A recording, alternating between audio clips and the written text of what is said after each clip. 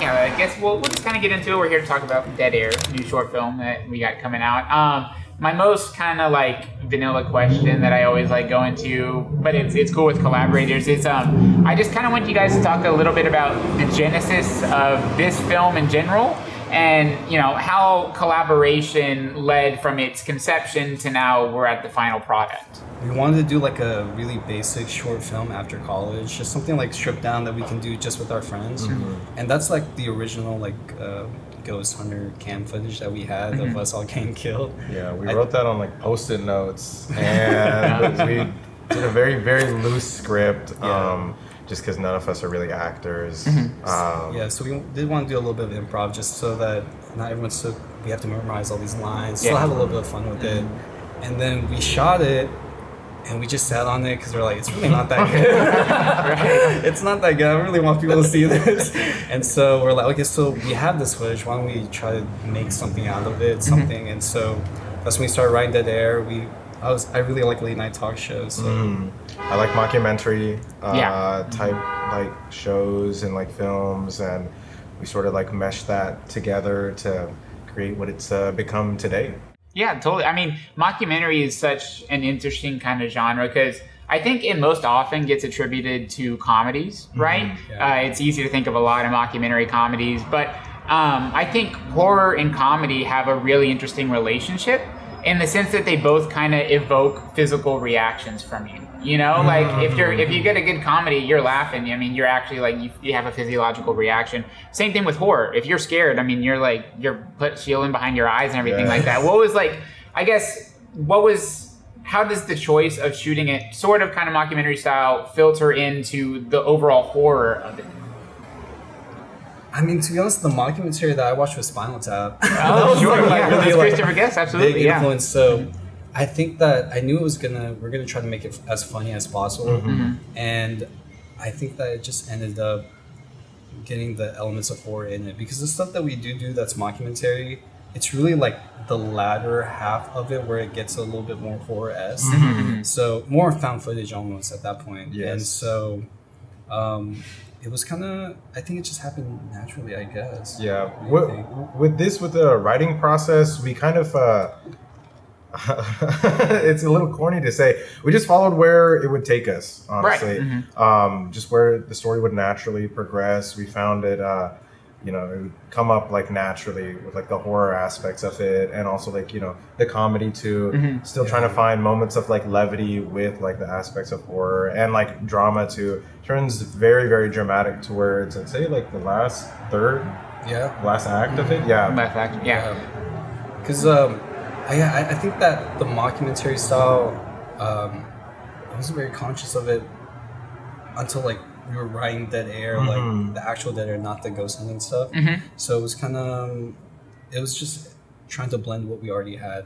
Right, it kind of felt like a natural extension of where you guys were at that point. Yeah, I mean, because it's interesting because, well, again, like comedy and horror kind of being intertwined, they're kind of both about setting up your scene and then subverting that in some way. Whether it's with a joke or whether that's with a jump scare. What's it like, kind of? Because, like you mentioned, the film definitely goes places and it shifts genres quite easily and in a really interesting way. What's it like, kind of upkeeping a tone on set versus like, because you have an idea. I always like to say movies are made in 3 parts. There's the movie that you write, there's the movie that you shoot, and there's the movie that you edit. Like what's it like when we're shooting it? What's it like keeping the tone for what you want to write, what you have written, and what you want to edit? For that, I'd say it's honestly all about the explanation towards like actors, so that they know, they understand, but also still like giving them enough room to where they can like breathe their own life into it in their own tone. And they seem pretty loyal to script, honestly. When we were talking with the actors, it was such a collaborative experience with them. They were all super into it. It's really odd because Dead Air has like a lot of soul palaces like inside. We explore the insides of people's soulscapes, and so, but they were super into the idea, and I think that helped match the tone on set for them to match what we had written. And then in post, I think we finally got into a good beat now of just like creating the edit that will make the atmosphere feel more alive. Sure. I think it's just kind of, Yeah, when we wrote and when we shot it, and then when we got to the edit, a lot of things had gotten taken out. At that point. A lot of things got more streamlined, you know? And so, yeah, I think that the edit made it feel more like a bigger beast than what we had originally written. Yeah, we were able to trim more of the fat and like have it closer to what we like were really intending. I think when we were first writing it. Yeah. Did you find that? Did you find that like when you got to the edit, it's like, oh, this is what we wanted to say, or did the film kind of, you know, films are malleable. Did it kind of change shape for you a little bit of like what you wanted to say? Yeah, I think that it's one of those things. Like I have this idea in my head. I think it's the same for you too, where we think about it, we do it, we shoot it, and then when we get into post, we're like, oh, it's different now. We did it, but it's not as good as we thought. And then now it's just like, I think that for this one specifically, we overwrote, and so now it's just like stripping all the exposition that's not really needed down, and having like the emotional beats hit a little bit harder. Yeah, it changed a lot in the edit. Oh yeah, and honestly, like from the different drafts of writing too, that first draft, we have an action line that says, who's it? Anthony? David. It says that David pulls out a 9mm. Yeah. So it's shifted very drastically from that too. But yeah, I agree with you. It just definitely comes out more towards like the edit. We're like, okay, this is what we're trying to hit now. Yeah. This makes more sense. And I think those like tones and influences are always there. It's just in the edit you can flesh those out a little bit more. Because like you said, it's malleable, you know? It doesn't have to be exactly how you had it shot. It doesn't have to be exact, you know, structure-wise exactly like the script. So there's a lot more room to play with, especially when you get a lot of stuff. We had a lot of footage and coverage, so it helped out a lot in post. Right, yeah, I'm sure. I mean, and it kind of like... Yeah, it kind of adds to this idea of like finding fixes, right? And that's something you kind of have to do with independent cinema. I mean, you have to find fixes. Everyone has to find fixes, but you have to really find fixes. You know, you can't. There's not as much room. Did you guys find on set that because it's the director duo, so I'm always interested in that dynamic of what it looks like as who's like a character director, who's an actor's director, who's a technical director. What was that dynamic like for you guys personally as writer and director, you know? Honestly, I feel like we go where we're needed. I think we both did a good job of it. Just because it's like both of us are technically inclined and also like character forward as well. So whenever one person would be helping out like a camera and lighting team, another person would be talking to actors, and then we'd switch. Just, I don't know, just to cover each other's bases. And also it just helps having two of us at the same place, or two of us in different places. It was really like a A/B type of thing. Like, hey, I'll take on point for this scene with the actors if you want to go with camera and DP and see how things are going there, or set design. So it was really... I don't know. We didn't really like. I like to be with the actors more. Right. I like to be with the cameras more. Well, then why we got a DP? Exactly. I mean, yeah, that's part of it too, because you have to. Part of the job of the director is to surround yourself with really talented people, and it seems like, kind of with Giggle Circle and the stuff that we're doing. I mean, it's like. I wrote here. It would almost be a disservice to describe what this group is doing as anything more than prolific. It's like. What this group is able to accomplish with this kind of this like traveling circus kind of mindset, right? It's like we're gonna take our people, we're gonna plug and play people like wherever they need to be for set and everything like that. What was it like, since it is so much like that? What was it like, kind of finding your crew for this production in particular?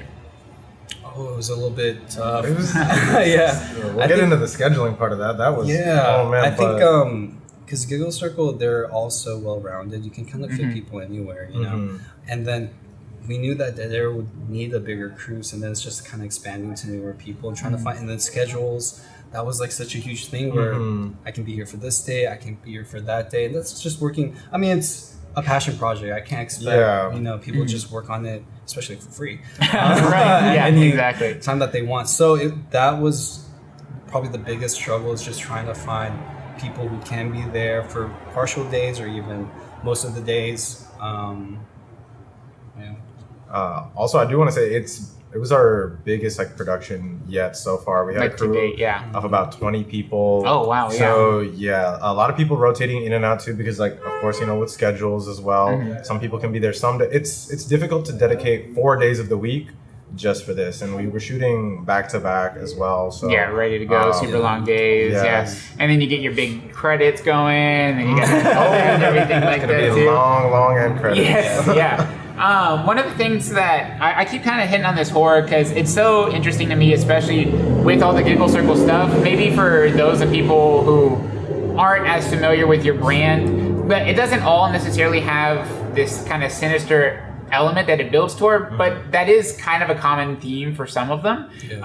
What was it like, because horror is so much like actualizing metaphor, what was it kind of like actualizing the metaphors that you wanted to put forward in this film, like kind of bringing them to a reality in a sense? Yeah, I would say that when we got deeper into the writing process, I think for like David's character, I wanted a physical representation of bed rotting, of depression, of losing your friends, that kind of. And then Ashley's like, when it's like friends that you still love them, you still care for them, but they've changed or they're gone. That was like the main emotional resonance I was trying to put into, or we were trying to put into those characters. And then if you want to go with Albert. Yeah, I'll say with like Richard / like Albert too, it's a lot of like someone who's like changed possibly for like the worst, but you still know that there's like something good inside of them as well. And then I guess Anthony's kind of like the audience within it, watching this unfold, someone from like the outside perspective. Yeah, he's like the worst case scenario for a filmmaker to be like as that hungry, that kind of like driven to just make it or have some kind of virality. I think because sometimes like filmmaking can feel like social media, or like just algorithm based. Filmmaking can kind of get into that rhythm where people only care about likes, views, and virality, so that's where I put all that stuff into Anthony's character. And that stuff, like the virality and the entertainment aspect of it, it's not necessarily a new idea, but it's definitely a more microscoped idea at this point, and kind of like the age of social media, the age of the internet. Do you guys view this film as a internet film? Do you view it as like something that could only exist in this time, or is there a timelessness to it, do you think? That's a good question. I think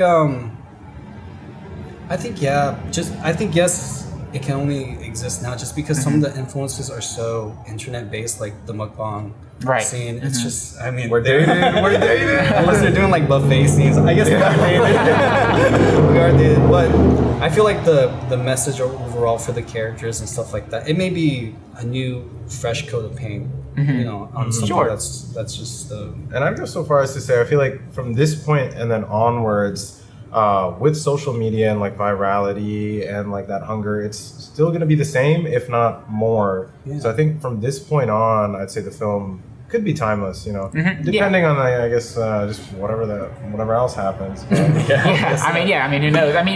But you're right. I mean, there is kind of like almost a reluctance with, especially Gen Z filmmakers, kind of embracing the time period that we're in, because honestly it's really uncinematic. I mean, what's more boring to look at than an iPhone conversation, like you don't get the actual physical responses of everything. And so, but it's refreshing when you find filmmakers like yourselves that can lean into it in a really interesting way and kind of like embrace the Gen Z-ness of it all, I mean, I think like definitely with the mukbang scenes, it's main thing for that is like what are we consuming on a daily basis? As like, isn't this kind of weird? People are eating, they're talking about murders, or they're talking about the newest salacious drama that's happening with celebrities, or isn't this odd? So that was like, I don't know if that dates the film or anything like that, because I think it's like gossip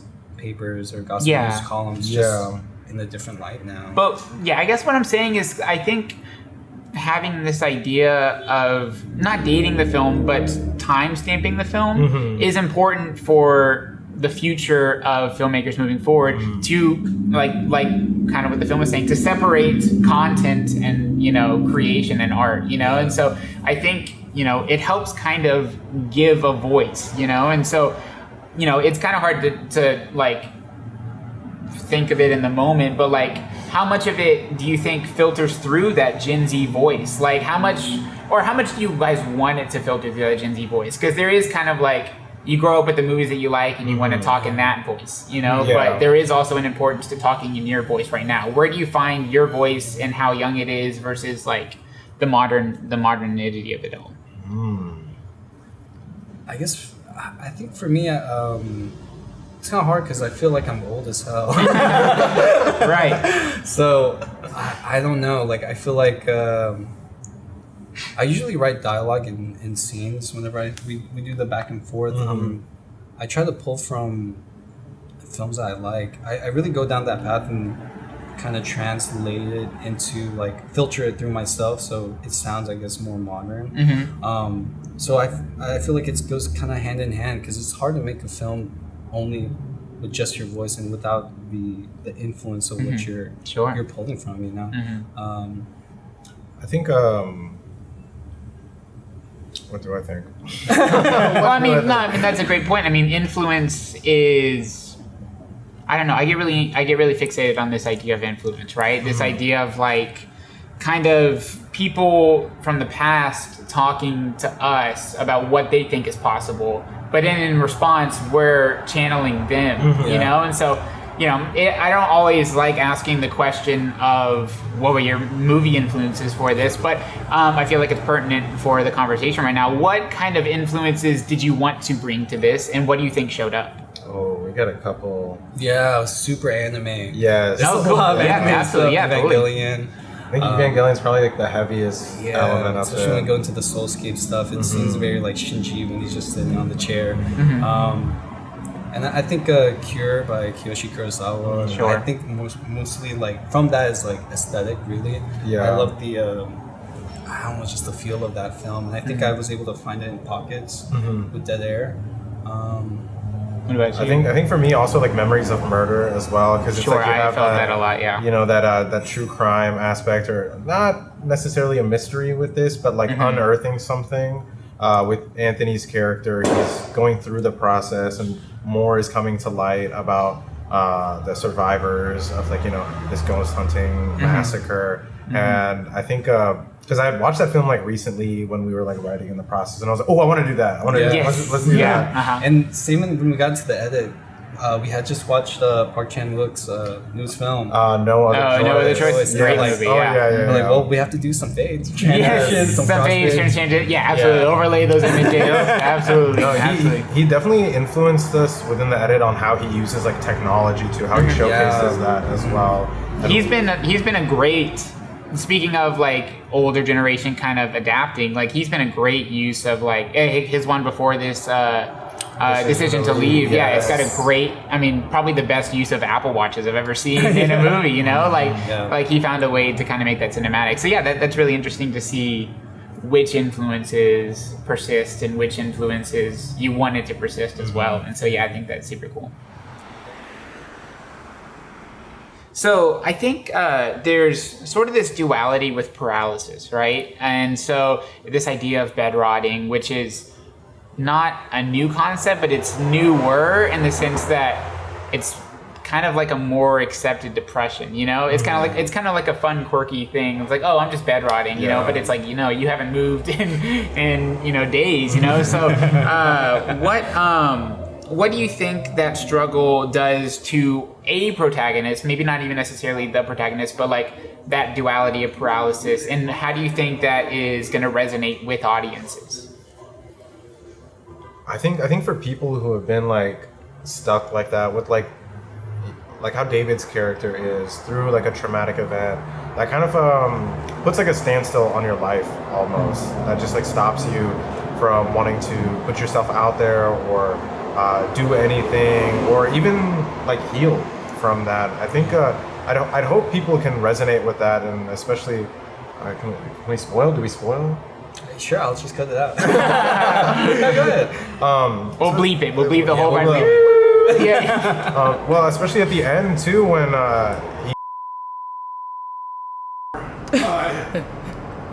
Beautiful. there's room to grow. There's room to heal from what's happened before, and You know, you can reclaim your life. You can reclaim the people around you. Yeah, and I think you kind of see David's character, this passiveness that he's lived with. You know, now that after all those, you know, and then the main protagonist, Anthony, is kind of like the opposite. He's very proactive. He's kind of stirring up the pot a lot, and you see where that kind of gets you of like doing something and doing nothing, you know. And so I feel like people who do bedrock or people who do suffer from depression, they can see, like you're saying, see David's character and see that it does get better, you know. And but it does take a lot of strength and a lot of you know, fight to get to that point. It's a really interesting idea to. It's hard to write and also pull off, especially in the way that you guys do, of making passive characters. It's kind of like a faux pas almost in terms of like cinema. You like it's like this idea of that the plot should move forward because of character actions and choices and everything like that. Did you guys think about that or find that when writing and also making the film? I think for me, like short films, I always like big climatic endings. I think it just makes sense, almost like a one episode or something like that. Okay. I do like building up to a big climax, and so David's character to me he's gonna have his triumphant moment, you know, near the latter half. I feel like it's a mix of both, honestly, especially for like the format we're shooting in. This is like we have like 20 minutes to really make like a good story. And you know, I feel like blending both, because it's like we know the plot points we want to hit, and we know the type of characters we're writing, and it's just about blending the two. But that doesn't hold us back too. I feel like in either way, we're still able to adjust like story or adjust the character too.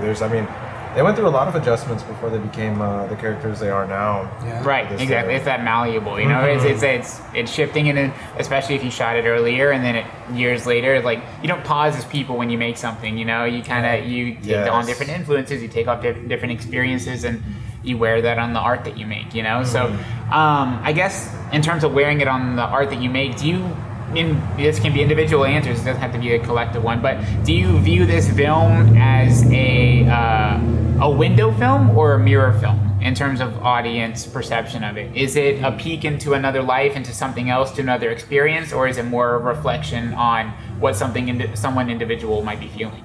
Ooh, I'd say for me, I view this as a mirror, because the intention is like a true crime satire almost. It's like we're all consuming like media about these like insane like murders or these like crazy what's it called, like with the stuff with like Diddy and stuff like that, like the Diddy documentaries, or these like murder biopics, like with the Dahmer biopic, and like, you know, like the Mendez brothers. It's like we are consuming all of this and not really like, I think, paying attention to like victims or the people maybe even like profiting off some of this, like with like Gypsy Rose too. We're trying to hone in on like these different elements just as a sort of like commentary. It's like, hey, this is like what's going on right now. This is some of like the behind the scenes behind that. There are people who are like striving for something like bigger and better, and like they want more content, but it's also coming at the cost of like victims and like other people affected by these like tragedies and like these, you know, terrible events. Sure. So I'd say mirror film. Yeah, I would agree with that. Because a lot of the characters too, even though some of them, like especially Anthony's character, is pretty I don't know if you use the word repulsive, but I wouldn't like him. I wouldn't want to hang out with him. Right. But that comes from something, you know. I think it comes from some sort of part of me, you know, when you're writing it. Same with Ashley's character and feeling stuck. You're just like, there's no other way. I'm stuck here. I have to do this. It's terrible what I have to do. Yeah. I have to do it. And then, I think I say as a mirror just because I feel like a lot of people will also resonate with the same feelings that I put into these characters. And who knows? Maybe a mukbanger will see it and they'll change their ways. Yeah, they'll be like, oh my gosh. Wow, Ryan Murphy is like, okay, we're done making these biopics anymore. I'm done. I changed my mind. Do you guys feel a responsibility as filmmakers? I know it's short format, and so you know you can kind of hide behind that a little bit. But do you feel a responsibility to talk about these themes and like these ideas accurately, and to give your honest kind of like emotional take on them? I think so. And I feel like for Dead Air, we kind of switch commentary a lot when we are doing it. So I do think that filmmakers do have a responsibility, though, to speak about issues that, are important to them. I feel like this one, too, is like the first time I've done in a film I directed and wrote where I kind of touch a little bit more personal. Or at least personal, like at this age. Like I feel like with my previous short film Crush, it's very like it's like a short film I would have written if I was in high school still. Right. Like, sure. So I think I'm slowly getting better with the idea of pulling more personal. I'd say similar to like with my previous films I've done. I haven't really added more of like a social commentary or I guess like a critique of like the world around me, and I've always felt like behind like my peers in a way because I've seen a lot of like fellow filmmakers. They'll make like stories about like important subject matters that have been like either happening to them or their community, and I'm just here like, oh, I want to make something cool, right? Exactly. And I mean, like, even though this is still like cool, this is also like freaky. I think we were still able to get that balance of like making entertainment and also making like a commentary and blending it together. Marry the two. Because while it is important to make films like that, it is also important to communicate the ideas to the audience. And one really easy way to do that is through genre, like what you guys have been doing with this film and all your previous films, is you utilize genre. Because genre really for audiences, it's like a language that they're fluent in, even though they don't think about it. It's the idea that like, oh, this character opens the fridge door in a horror movie and someone's going to be standing right behind there, and so it's like people know that instinctually. People can understand that, and so people are able to understand your themes easier when you're talking to them in a language that you understand. So I think that's really interesting. I think that's really admirable on your part to utilize genre in that way.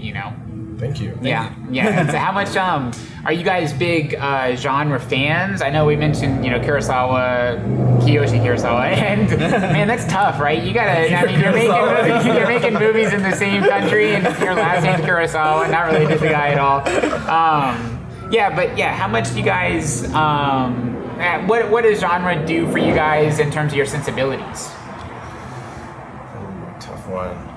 I feel like I've found myself like, especially with like future stories I want to tell and like previous ones, something of like the supernatural like aspect or something just a little bit more surreal in terms of like genre and style as well. But I don't know, it's not like something I go for like intentionally, but it's just like all the things that I'd like to do seem to have that aspect of it. But I also that side to it, Yeah, I don't want to put myself in a box, but it's you like can't. I mean, yeah, exactly. It's too fun. Yeah, I feel like world building and supernatural stuff, I just gravitate towards those films more, and I just end up keep on writing them. I just can't stop writing them. I don't know. I think genre though is. I do want to do a traditional romance. I do want to do a slice of life. I want to do. Genres are really fun to. You get to subvert that genre. Exactly. It and play with it in your own way. So even though right now we are doing a lot of horror, I think in the future you'll see something a little bit. See some lighter. Yeah, maybe a little lighter. Yeah. But you never know. I do like to add just a little bit. You have to add the drama too. The drama, yeah. And like I said, it's that easy. And well, that's exciting, and I have no doubt about it that there will be future stuff. I wrote down here, I kind of want to talk to you guys about Giggle Circle as a whole. Because, in the past year, I mean, just on YouTube, there's like, 4 short films or something like that, 4 or 5, and there's obviously more in the tank that you guys are working on. It seems like constantly. And so I kind of want to talk about, like, what sort of I guess what's the mission statement of Giggle Squad as it pertains to Houston and surrounding areas and filmmakers in what is seen as a non-traditional filmmaking city or area? I think with us, we just had a meeting about this in January. Actually, we're like, so what are we doing again? Yeah, exactly. It's been a little while, but I'd say what we're really trying to hone in on is that community aspect of Houston, because it's like you said, we don't have a huge like film circuit going on in here, at least compared to like Austin or LA or New York. And for us, it's just working with fellow artists like around Houston, being able to come together, create different things, and grow the circle in a way. Make sure the Giggle Circle. The Giggle Circle, exactly. The family grows every year. Yeah, join the circle. That's what we're hoping for, and also to just create like a legacy like within Houston as well. We want we just want that community in here to be as strong as it is in other cities. And I think our tagline, by friends, for friends, is kind of says everything that we really do. Exactly, it's great. At least for me, I just want to keep on making films with people that I love, my friends, and they're like my second family. And so I'm just very lucky to be able to do it with them. So I think, yes, community is super important in building the Houston scene up, because it should be, there's so many talented artists here, talented filmmakers, that it deserves to be just as known as the Austin scene, or even LA or New York, Atlanta, right? It's just like, it's one of those things where Houston's in such a middle spot. It's like we're almost there. Right. And every year we're almost there, we're getting there. But I feel like with filmmakers like us, like yourself, and other groups, it will just slowly start to build up and up. And, sure. I mean, you see stuff like HCAF. Yeah, HCAF is getting huge. Yeah, like, it's getting a lot of visitors. It's getting kind of more national recognition. And so, Austin and all that stuff. But yeah, I've really always been interested in that idea of growing community where you are, not necessarily getting to the top and you're like, all right, I'm out of here. Like Wes Anderson is like, all right, I made it Rushmore, I'm going to go to France. So I'm going to go build cities in France and just film there and everything like that. So, and that was definitely kind of the idea of SLATED magazine. We wanted to highlight both Houston filmmakers and also independent filmmakers. So, I guess, kind of my final thing that I wanted to touch on is, SLATED is all about indie. That's our indie filmmaking. That's what we want to do. What do you think was the most indie fix you had to do on set, or after set with the editing and everything? Like, what would show up on shitty rigs? Like you're tagging it. Yeah. What was it? What was our quick fix that we did? Sure. The suicide. Oh. Yeah, we had just this doll, or I don't even know what it is, like a little mannequin doll. And we just clamped it, C clamps on it, and put it on the C stand, and they were pushing. We had the grips pushing, swaying back and forth. That's what that really comes to mind. I would say, honestly, we were just that good, so you wouldn't really say much. No, it's been a little while, so it's honestly like hard to remember, but. I would say too, post-production, maybe. I always got to find fixes in post. Oh yes. Yes. I got so many cracked programs. It's crazy. I got Dehancer. I got DaVinci. Yeah. No, with audio, because we shot outside on a farm, and. Well, there's a lot of cicadas on the farm. So you don't say. figuring out like how to do, and we also didn't get room tone for the farm either. Yeah. So creating a room tone, but also balancing that out with like the cicadas as well, and just having it like underlay the entire like audio system was. He hated my timeline when I sent it to him. No, I didn't. Yes, I did. Yeah. But for pre-production, the script we used what was the fade in. The free version. The free version to fade in.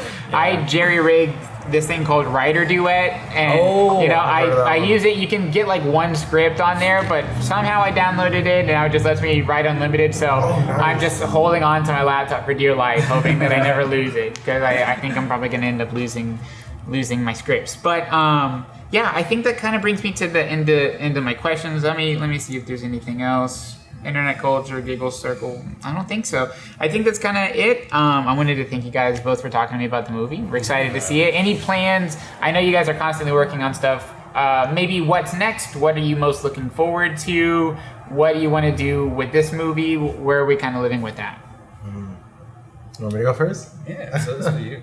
I'd say I've been really feeling something like a dance film. I want to do also, unfortunately, supernatural. I can't. I don't know. I just can't beat it. Something with ghost hunters again. Well, paranormal investigators. We'll say that. We'll say that. Mm-hmm. But I definitely want to incorporate dance into that as well, just because I feel like there's something like poetic about like movement and body and like especially like partner dancing too, like a unification. It's like souls almost or something. And I think dance numbers and musicals, and this is maybe a hot take, but I think musicals are the most magic a movie can ever be. You know, like the moment. I love Glee. Yeah, love Glee. No, but like the moment in like Singing in the Rain where you just walk in and then the rain comes down and he starts breaking into song. It's just like you.